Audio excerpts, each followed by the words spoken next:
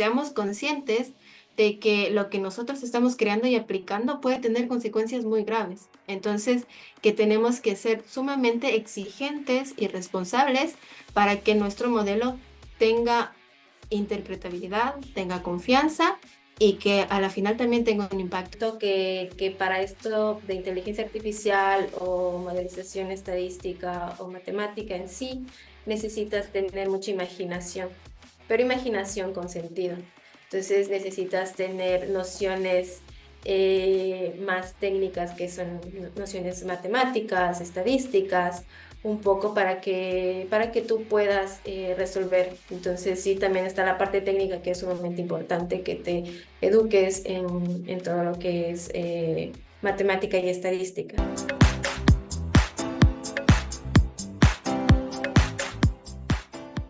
Bienvenidos y bienvenidas a Tech Tertulia AI and Beyond. ¿Quiénes somos nosotras? Somos Evelyn. Y Diana, ya las dos nos interesan los temas de tecnología e inteligencia artificial. Si quieres saber más sobre nosotras, solo tienes que escuchar nuestra edición cero. Y bueno, hoy vamos a explorar, a conocer, a tertuliar de la inteligencia artificial en la industria del petróleo y energía. Y aquí un breve recordatorio también de nuestros sponsors, a quienes queremos muchísimo y estamos muy agradecidos por todo el apoyo. Tenemos a WN, Agencia de Marketing, Diseño y Edición, quien se encarga de, como lo indica, nuestra producción, imagen, diseño y manejo de redes sociales. También ahí nos pueden encontrar en Instagram y pueden ver toda la maravilla que está haciendo esta agencia por nosotras. Y también tenemos a la Red de Mujeres Matemáticas Ecuatorianas, claro que sí, que nos brindan su apoyo, principalmente la difusión de este podcast. Ok, entonces vamos con la introducción de nuestra experta, porque ahí también tenemos una invitada especial, como siempre. Ella es Ana Escobar. Ella estudió la licenciatura en Ingeniería Matemática en la Escuela Politécnica Nacional, con una especialización en Estadística e Investigación Operativa. Posteriormente realizó una maestría en Matemática Aplicada en la Universidad de París-Saclay y actualmente trabaja en un laboratorio de inteligencia artificial en Schlumberger, en París. Esto es en la industria de petróleo y energía, en donde participa en varios proyectos que abarcan computer vision o visión por computadora, análisis de series temporales, procesamiento del lenguaje natural y más proyectos. Y bueno, la idea es que aproveche estas tecnologías de vanguardia, usando también deep learning o aprendizaje profundo y modelado matemático. Además, ella es miembro activo de la Red de Mujeres Matemáticas de Ecuador y también es embajadora de Women in Data Science. Entonces, qué gran personaje que tenemos hoy aquí. Muchas gracias, Ana. ¿Y cómo te sientes el día de hoy? Hola, gracias Evelyn, de Anita, por la invitación. Muy emocionada de poder compartir un poco la experiencia que he adquirido. Entonces, muy gustosa de estar aquí. Ok. Gracias a ti, Ana. No, qué felicidad. Bueno, vamos a empezar con este tema que recordemos que es la inteligencia artificial en la industria petrolera y de energía. Y bueno, también no se desconecten, quédense con nosotras porque vamos a tener en la parte final el juego de la pregunta sorpresa. Sí, esta es una pregunta que nuestra anterior entrevistada pues le dejó para nuestra nueva invitada, así que no se lo pierdan y estén pendientes que eso va a ser al final de estas secciones. Así que bueno, vamos a empezar con una preguntita para romper el hielo. ¿Qué te parece, Ana? Y bueno, una de las preguntas que nos gusta mucho porque también nos han contado experiencias a veces muy personales, de veces que muchas personas, incluso que estoy segura que van a ser personas que te conocen, no sabían de ti. Entonces, cuéntanos algo que la mayoría de la gente no sepa de ti y que esté relacionada con la inteligencia artificial. A ver, déjame ver. O sea, que esté relacionado con la inteligencia artificial, eh, podría ser, sí. Ujú. Algo que creo que la mayoría no sabe. Yo siempre, cuando me preguntan de como que desde cuándo sabías que ibas a estudiar matemática o cosas así, para mí era como que siempre, o sea, desde niña me gustaba muchísimo la matemática. Claro que, bueno, en la universidad ves que es totalmente diferente a lo que tú ves en el colegio. Pero llegó un momento que en el colegio un profesor nos selecciona a dos chicas para participar en un concurso de física. Nada que ver con matemática, bueno, no nada que ver, no se relaciona bastante. Y, pero era como que nos decían, ustedes prepárense, nos daban el temario y un poco a prepararnos y estudiar. Entonces, cuando fuimos a la prueba, yo sentía que había cosas que pues no habíamos visto en el colegio, pero se relacionaban muchísimo con lógica. Entonces, por eso también me gustaba muchísimo la matemática, porque para mí no necesitas tanta memoria, sino es un poco más de razonamiento y tú puedes deducir ciertas fórmulas y en física también fue así. Entonces, yo al final del concurso acabé y fue como que dije, no, o sea, había temas que yo no sabía que lo que yo puse o resolví fue simplemente por razonamiento lógico y pasó. Luego, después de unos meses, me llega la noticia de que había quedado como en sexto lugar y que tenía como que la posibilidad de estudiar física en la San Francisco. Entonces ahí me llegó ese bichito de decir, ¿por qué no podría estudiar física? Pero no, pues a la final, ya por también, no sé, como tradición familiar, fue la escuela politécnica, era como que mi sueño en el colegio estudiar ahí y también de estudiar matemática, entonces a la final me decidí por matemática. Pues tuve ese bichito como decir, sí, cojo física, tal vez podría ser, pero no, la verdad no me arrepiento de Ah, haber estudiado matemática. no, qué maravillosa historia. Gracias, Ana. Y creo que seguramente las personas que nos escuchan y también siguieron o están siguiendo matemática tendrán. Es muy interesante cuando nos cuentan las historias de cómo siguieron las carreras. Algunos siempre empiezan con algún profesor o profesora. Qué linda historia. Gracias, Ana, por compartirlo. Bueno, entonces con esto ya, ahora que arrancamos motores, vamos contigo, Evi, para la parte del bloque introductorio. Exactamente. Y vamos con una pregunta que es un poco general y es, ¿qué despertó tu interés en aplicar la inteligencia artificial a la industria de petróleo y energía? Ok, creo que durante toda mi vida he sido muy curiosa. Entonces, tengo mis primos que estudiaban electrónica o mi hermano mecánica. Entonces, ellos hablaban muchísimo de empresas como Schlumberger, que era una empresa muy conocida y que o sea, había una gran oportunidad, era un buen trabajo. Y yo pensaba como que podría aplicar ahí algo de matemática. Todavía estaba estudiando en la universidad, todavía no había empezado la maestría y estaba todavía en Ecuador. Entonces, luego llegó un punto en donde yo empecé a hacer pasantías como que a cuarto semestre o antes. Normalmente a ese punto tú no tienes tantos conocimientos para aplicarlos en industria. Entonces yo empecé a hacer pasantías tempranísimo porque quería como que estaba muy interesada en saber cómo voy a aplicar lo que estoy aprendiendo. Entonces empecé a hacer pasantías primero en entidades públicas, luego hice pasantías en una consultoría, luego también en una consultoría que era de ciencia de datos, también hice una pasantía en consultoría de software engineering también.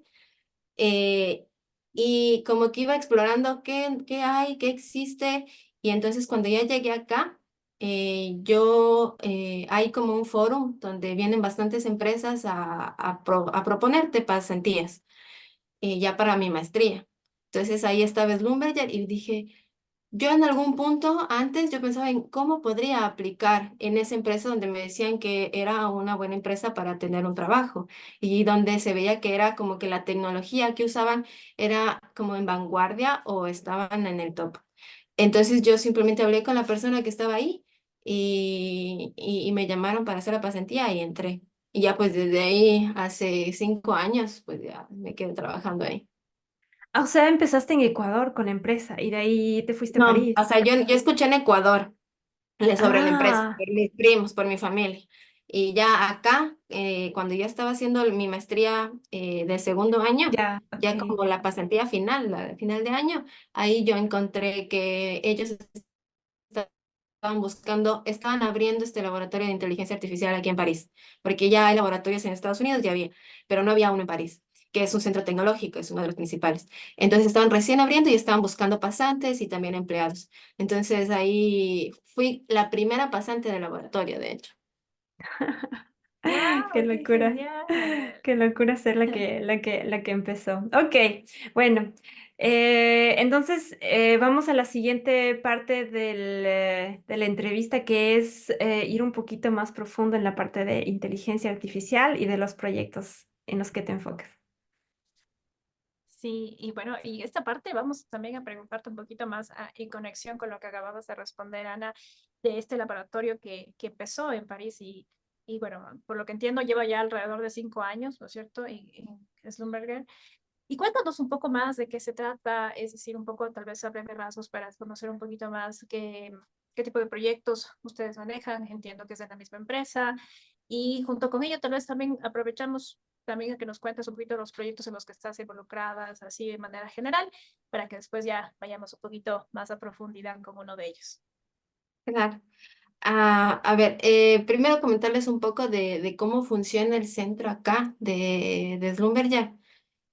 A veces lo voy a decir es el B o es Schlumberger, pero no es una empresa. Em, Acá es un centro tecnológico, como dije. También desarrollan herramientas para perforar pozos. En sí, la empresa lo que se encarga es en la perforación de pozos y en la generación de energía también. Entonces, en la parte de París, como es un centro de tecnología y de investigación, entonces están las personas que son expertas en datos, también en las herramientas, en sí la física que hay en las herramientas, pero no había un laboratorio en donde pueda ayudar a acelerar todos esos procesos.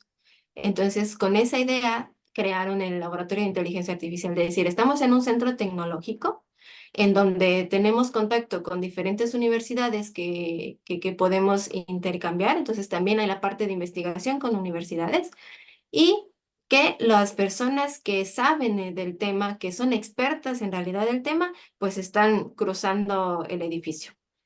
Entonces fue una manera de acelerar todos los proyectos que tenían planeado. Entonces con esa idea se creó el Laboratorio de Inteligencia Artificial. Ahora yo cuando empecé con un proyecto sobre imágenes que lo podemos hablar luego. También a medida de estos 5 años he pasado por todas las áreas, creo, que se podría aplicar.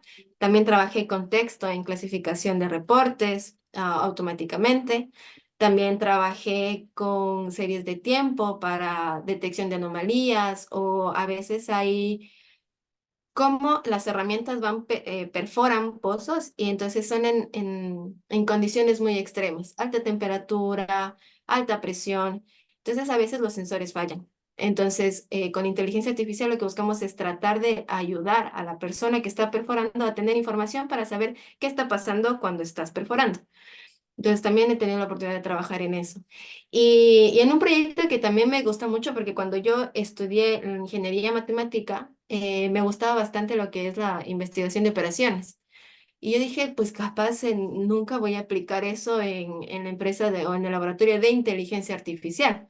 Pero salió un proyecto en donde, gracias a todo lo que aprendí en la universidad, y yo hice mi tesis de la universidad fue en investigación de operaciones, pude aplicar eso y resolver un proyecto en lo que era distribución de recursos dentro del centro de Francia.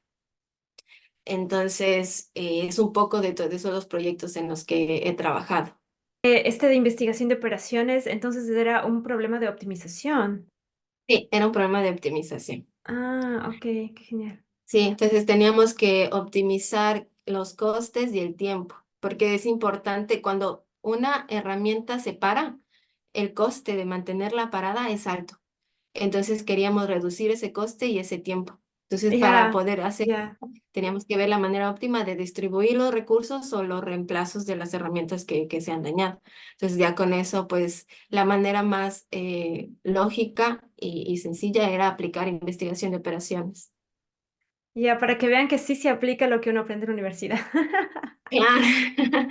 Uno nunca Sí, sabe y uno tiene que sacar la tarjeta, sí. sí. Ajá. Ya, Ay, no. Mirianita, Justo tenías tenía una una duda. pregunta.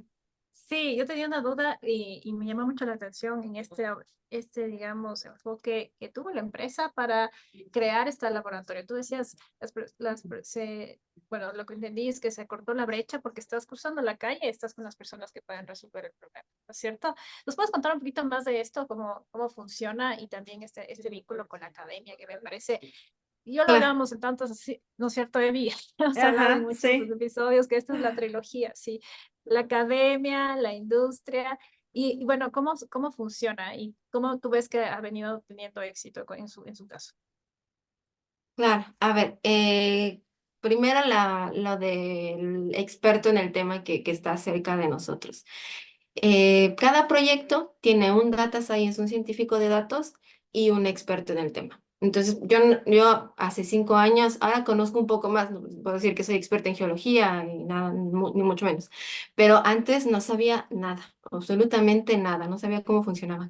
Entonces, el experto se toma el tiempo de explicarte qué son los datos, la física que hay detrás, cómo funciona, para qué es útil tu modelo, porque a la final este laboratorio también, a diferencia de otros, es que a pesar de hacer investigación, el objetivo es que tenga un impacto en el negocio.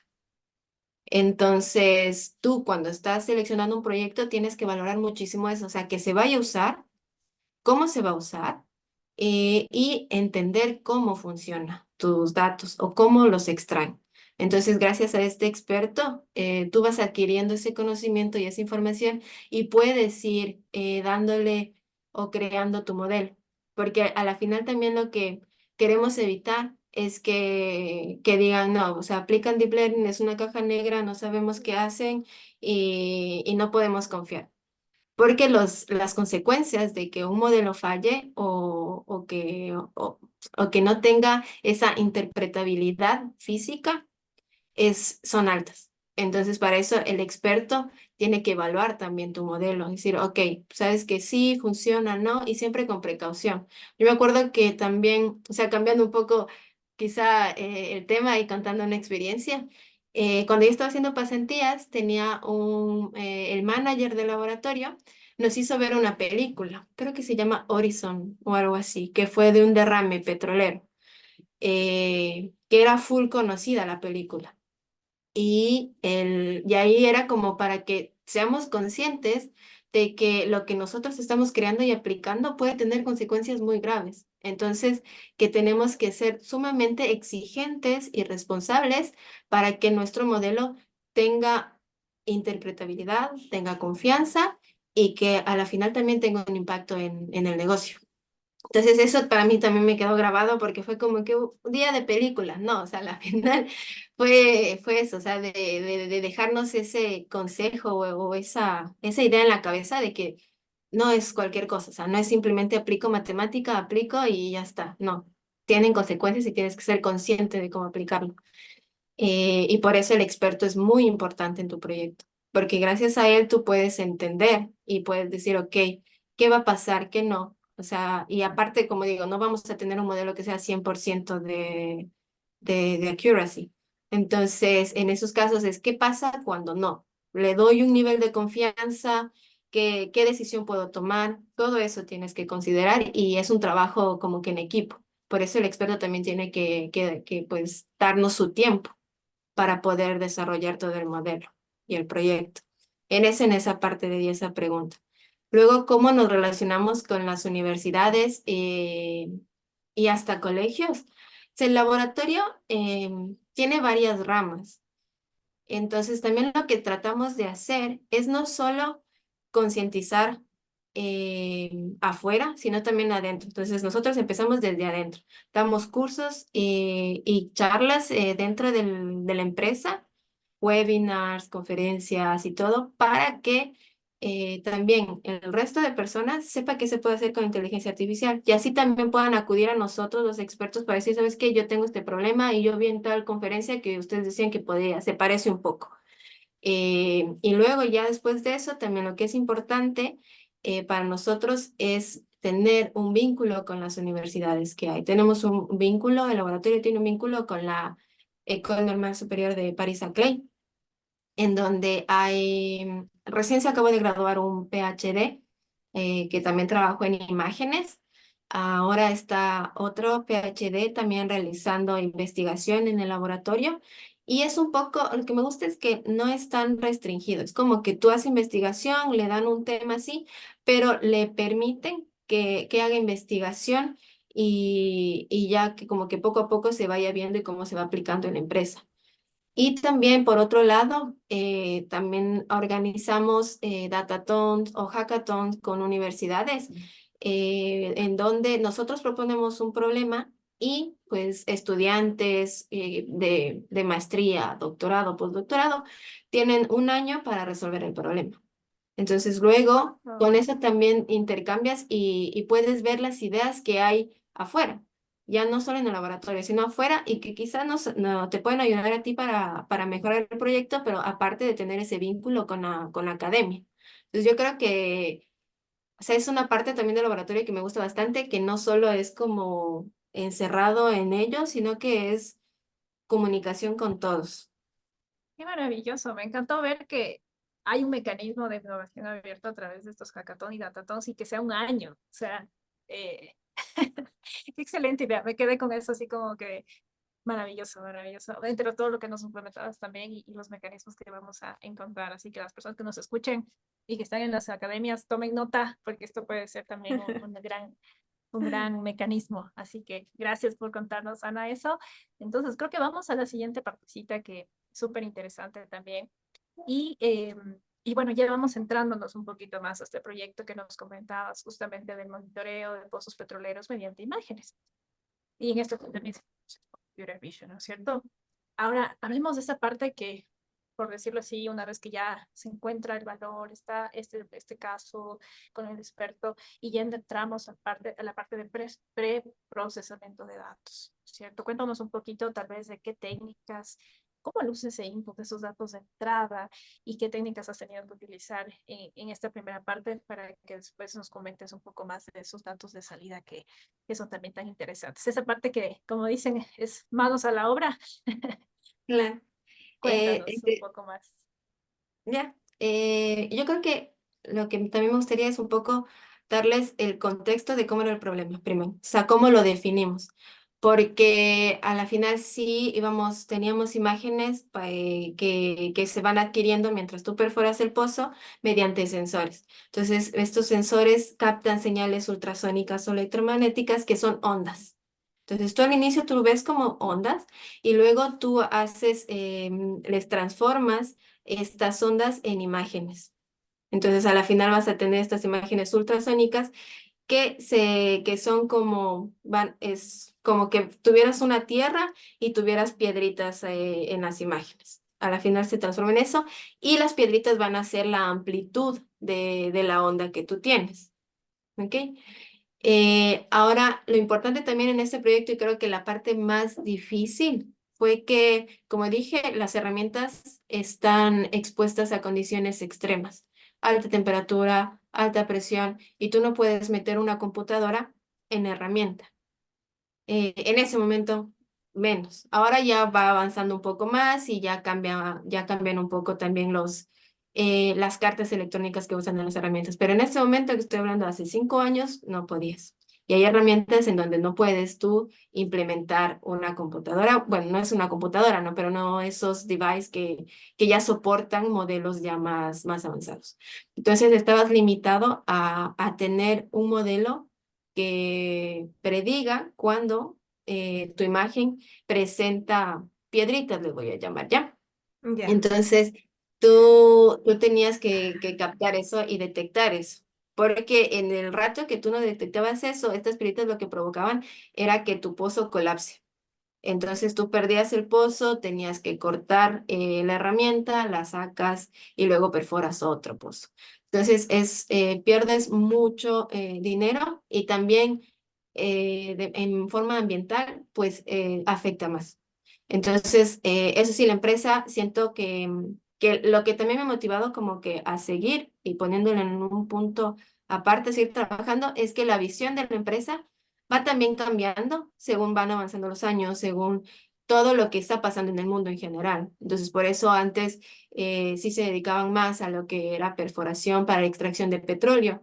Ahora ya se enfocan también a lo que son nuevas energías y generar energía de manera de manera renovable o más amigable al ambiente. Eh, bueno, eso como en paréntesis. Y volviendo un poco a mi proyecto, entonces después de todas esas imágenes que teníamos, lo primero que hacemos es normalizar las imágenes, porque vamos a tener en ciertas partes del pozo datos que son como outliers o valores perdidos en donde distorsionan toda tu imagen. Además que cuando tú estás trabajando en modelos de deep learning, tú al normalizar tus datos o ponerles en un rango de 0 a 1 o de 0 a 255, ayudas a que converja más rápido. Entonces, primero normalizamos las imágenes, también tratamos de sacar imágenes que son muy malas, que por ejemplo son todos valores perdidos, entonces eso meterle al modelo pues no ayuda de mucho. Otra cosa importante como parte de preprocesamiento de las imágenes es que como a la forma que nosotros capturamos los datos es de forma continua, ¿no? Entonces depende de la profundidad del pozo. Entonces tú a la final vas a tener una imagen que tiene kilómetros y kilómetros de datos, que todo eso tampoco puedes ponerle a tu modelo. Entonces nosotros tratamos de buscar la manera de cómo meter esos datos a tu modelo. La más simple, cortarles con una sliding window, le cortas por pequeños patches y ya, o sea, por imágenes más pequeñitas y le metes esas imágenes a tu modelo. Entonces, esa Creo es la parte que de procesamiento. ahí solamente como para poder entender bien justamente cómo la imagen luce, porque me estoy tratando de imaginar y tal vez pensaría que incluso las personas que nos escuchan están tratando de imaginarse cómo luce esta imagen, porque mencionas que son unos sensores y no sé, me imagino que es una imagen muy larga como cuando, no sé, como con estos gráficos del corazón que están como, no sé, picos arriba y abajo, algo así. Claro, o sea, al inicio tú tienes eso. O sea, como te digo, tú vas perforando y tu sensor emite una señal y tú la captas. Entonces, Ya. la respuesta es lo que vas a captar. Cuando le Ya. transformas la imagen, tú vas a medir la longitud de tu señal y eso es lo que también vas a tratar de ver. O sea, cómo que le graficas tu señal en imagen.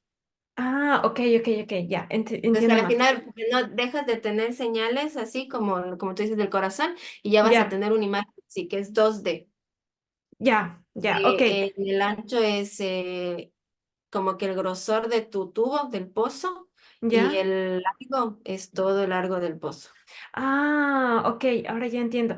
Y lo que estás tratando de hacer con eso es, dices que la tecnología puede fallar y deja de recibir la señal, pero eso es muy importante para seguir con la operación. Entonces, lo que tú haces es desarrollar estos modelos para que hagan la predicción de cuándo esta tecnología falla, para que se pueda continuar con la operación. Exacto, Ok, porque cuando tú ok, ves que empiezas a tener estas piedras o estos objetos, tú ya, sabes que si algo mal está en el pozo, la pared se puede caer o algo. Entonces lo que tú puedes hacer es, ok, cambio de dirección para un ya, lugar más estable. Entonces tú le ya. cambias de dirección y tú puedes seguir perforando e ir más profundo hasta llegar a donde está. Ok, entonces ahora sí, podemos regresar al tema. Estabas en la parte de... ¿Ves? Del sí se me olvidó. preprocesamiento. No. Ya, exactamente, del preprocesamiento. Sí. Sí, Ya, entonces ya después, una vez que tienes la parte del preprocesamiento, tienes las imágenes, pues ahí empezamos a qué modelo vamos a usar. Como dije, teníamos restricciones del tamaño del modelo. Estamos hablando que podíamos tener un modelo de 200 kilobytes. Es nada. Normalmente el modelo de imágenes pesa 200 mega, 40 megabytes. Entonces era reducir ese tamaño de esos modelos en donde tranquilamente puede funcionar bien, porque son modelos grandes en donde ya van a entender un poco más lo que es la textura, el contraste, el contexto, todo. A un modelo súper pequeño que pese 200 kilobytes. Entonces empezamos a ver qué modelo puede ser. En ese entonces las técnicas que más estaban como que en auge era lo que es transfer learning, que básicamente es de un modelo que está ya entrenado en millones de imágenes. Entonces, este modelo ya aprende las texturas de las imágenes. Porque cómo funcionan en sí las redes neuronales o por lo menos las redes de convolucionales en imágenes es que tu primera capa de convolucional, cuando tú la vas entrenando, va captando en los filtros los Patrones, patrones. Patrones, sí. patrones, ¿verdad? Los patrones que tiene tu imagen, ya sea en textura o ya sea en forma. Entonces, mientras más las capas o tu red neuronal es más grande, tú capturas estos filtros más complejos. Entonces, en este caso, lo que nosotros hicimos es aprovecharnos de estas redes neuronales que eran enormes y que estaban entrenadas, o sea, que ya tenían estos filtros aprendidos y pasarlos a nuestra red neuronal pequeña, que pesaba 200 kilobytes. Eso permite que es como que le estás dando un empujón a tu red neuronal para decir, mira, yo quiero que tú entiendas esto de texturas, así que empieza con estos pesos. Entonces Ya. empiezas con esos pesos y le entrenas de nuevo a tu red neuronal. Eso probamos en ese momento. Y esos modelos que ya estaban preentrenados, ¿de dónde los sacaron? ¿Era algo también de la empresa? Porque me imagino que no es algo que es open source, ¿no? No, sí, o sea, creo que eso es lo bueno de la comunidad o de los últimos años, que bueno, ahora como igual, ponte Meta o OpenAI, ponen sus modelos y ponen sus pesos. Entonces, también hay bastante en la comunidad en donde ya han entrenado un modelo en imágenes médicas, por ejemplo, que han entrenado un modelo en específico, o sea, en diferentes tipos de imágenes. En ese entonces, ResNet estaba, que es una red neuronal que bueno, hace clasificación y era muy conocida porque tenía resultados muy buenos. Esa red neuronal también era open source. Y ya en las librerías como PyTorch tú podías simplemente llamar a la arquitectura y llamar también a los pesos preentrenados. En ImageNet, que ImageNet es un dataset de 80 gigabytes, creo, es enorme, Mm, que tiene diferentes texturas, o sea, diferentes imágenes de carros, de perros, de calles, de todo. Entonces usamos esos pesos para poder enseñarle o empujarle, como dije, a nuestro pequeño modelo. ya. Pero Y sí luego que los hay open source. resultados. Ok, que eso sí, no me lo esperaba, porque pensé que tal vez era uno, no sé, muy de nicho, que no ibas a encontrar uno más abierto, pero qué chévere, qué chévere. Pero, ¿y qué te iba a preguntar? Dios, ya se me van las preguntas, así que no, por favor, sigue.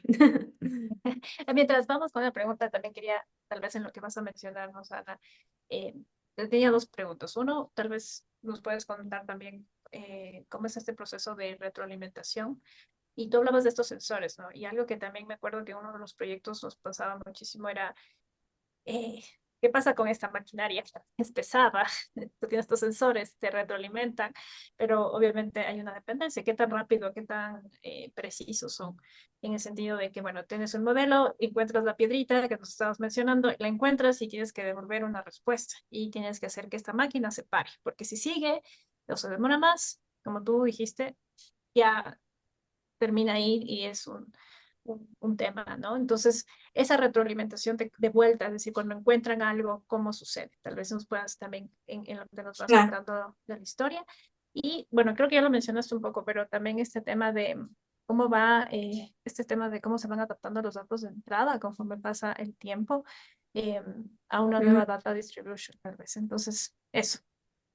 Ya, a ver, desde la primera pregunta, eso también me parecía, y yo aprendí muchísimo, porque ya en la parte de implementación ya entra un área más de software engineering. O sea, y digamos, o sea, llegaba a un punto, como estaba empezando recién en el laboratorio, como que no tenía esa experiencia, o sea, era como que yo hice mi modelo, aquí está mi modelo, en mi dataset de prueba funciona bien, venga, usted verá qué hace. Entonces, eso ya cambia. Ya no es así, es como que, ok, involúcrate más en cómo funciona justamente. Entonces, todas las pruebas que también se hicieron fue el tiempo de predicción. Al inicio, por ejemplo, en mi modelo estaba entrenado en una imagen de 180 por 180, pero en realidad el sensor o la herramienta va recibiendo línea por línea. Y cada 40 líneas o enviábamos nosotros la información a superficie. Entonces, esa información, o sea, la predicción, tú la codificas y tú la envías a superficie en donde ahí ellos van a decodificar la información o la predicción de tu modelo y eso pasa cada, creo que 80 segundos o cada minuto y medio más o menos. Entonces, porque es en tiempo real. Entonces, y ese era otro problema, porque hay diferentes tipos de herramientas en donde hay herramientas que son con cable, entonces tú podías mandar la información que tú querías por cable. Esta herramienta no es por cable, es por